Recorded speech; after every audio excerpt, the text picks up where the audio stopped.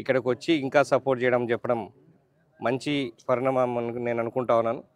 ఇంకా మిగతావన్నీ రేపు ఏమేమి మాకు జిల్లాకు కావాలా, మా కాన్స్టిట్యున్సీకి ఏం కావాలో కూడా రిప్రజెంటేషన్ ద్వారా ఇవ్వడం జరుగుతుంటుంది. జిఎన్ఎస్ఎస్ పూర్తి చేస్తే ఈ ఒక లైఫ్ లైన్ లాగా ఈ పక్క అన్ని కాన్స్టిట్యున్సీలు కూడా పూర్తి అవుతారని చెప్పడం జరుగుతుంది. అవన్నీ రేపు మళ్ళీ డిస్కస్ చేయడం జరుగుతుంది.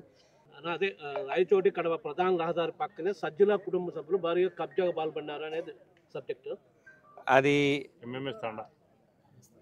ఈరోజు మీరు చెప్పిన విధంగా సజ్జల కుటుంబ సభ్యులకు సంబంధించి భూములు ఆక్రమించారని చెప్పేసి ఎంక్వైరీ జరుగుతూ ఉంది. ఇంతకుముందు చాలాసార్లు చెప్పున్నాం, ఎక్కడెక్కడ ఆక్రమించినవన్నీ కూడా తీయడం, ఖచ్చితంగా తీసి బయట పెడతామని చెప్పేసి తెలుగుదేశం ప్రభుత్వం ఇంతకుముందు లోకేష్ గారు పాదయాత్రకు వచ్చినప్పుడు చెప్పినారు, చంద్రబాబు నాయుడు గారు చెప్పినారు.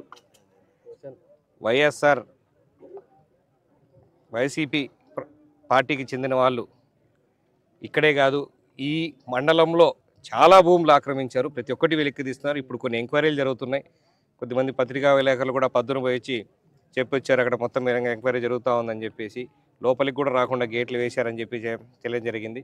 అవన్నీ కూడా బయటికి తీసి గవర్నమెంట్ భూములు ఎన్ని ఆక్రాంతం అంటే గవర్నమెంట్కి వచ్చేసేటట్టు, ఎవరైనా ప్రైవేటు భూములు కూడా ఆక్రమించుంటే అవన్నీ కూడా విడిపించేసి వాళ్ళకి ఇప్పించే కార్యక్రమం త్వరలోనే పూర్తి చేస్తామని చెప్పేసి మరొకసారి మీ అందరికీ తెలియజేస్తాం.